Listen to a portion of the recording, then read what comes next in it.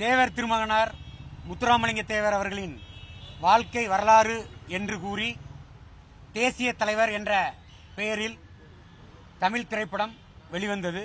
அந்த திரைப்படத்தில் பெருந்தலைவர் ஐயா காமராஜர் அவர்களை பற்றிய தவறான வரலாற்று பதிவுகள் அந்த படத்தில் இடம்பெற்றிருந்தது.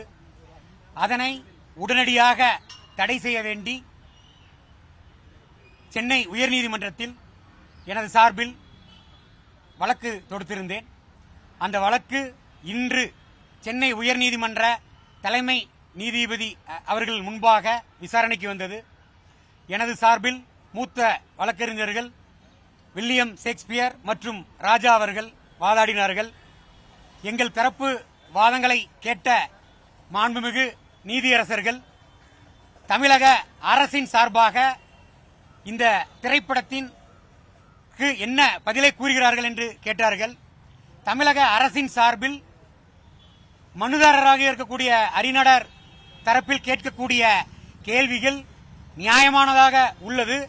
அதனை அரசே பரிசீலனை செய்து இதை முடித்து வைக்கிறோம் என்று கூறினார்கள்.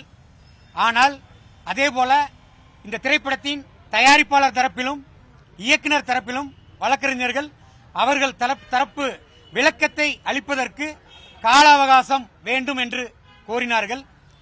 மாண்புமிகு நீதிமன்ற தலைமை நீதிபதி அரசர்கள் தமிழக அரசு நீங்கள் என்ன முடிவாக இருந்தாலும் சரி, இந்த வழக்கின் சாராம்சமாக இருக்கக்கூடிய 1936 காலகட்டத்தில் முத்துராமலிங்க தேவர் அவர்கள் ஆட்டுக்குட்டி வாங்கி வரி ரசீது கட்டியதாக கூறப்பட்டிருக்கக்கூடிய காட்சிக்கு தங்களிடத்தில் போதிய அரசு ஆவணம் இருக்கிறதா இல்லையா என்று கேள்வியை வைத்தார்கள்.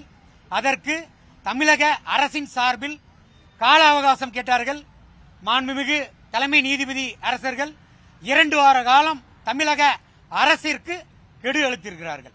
பிளே ஸ்டோர் மற்றும் ஆப் ஸ்டோரில் இருந்து பாலிமர் செயலியை QR கோடு மூலம் பதிவிறக்கம் செய்யுங்கள். செய்திகளை உடனுக்குடன் பெறுங்கள்.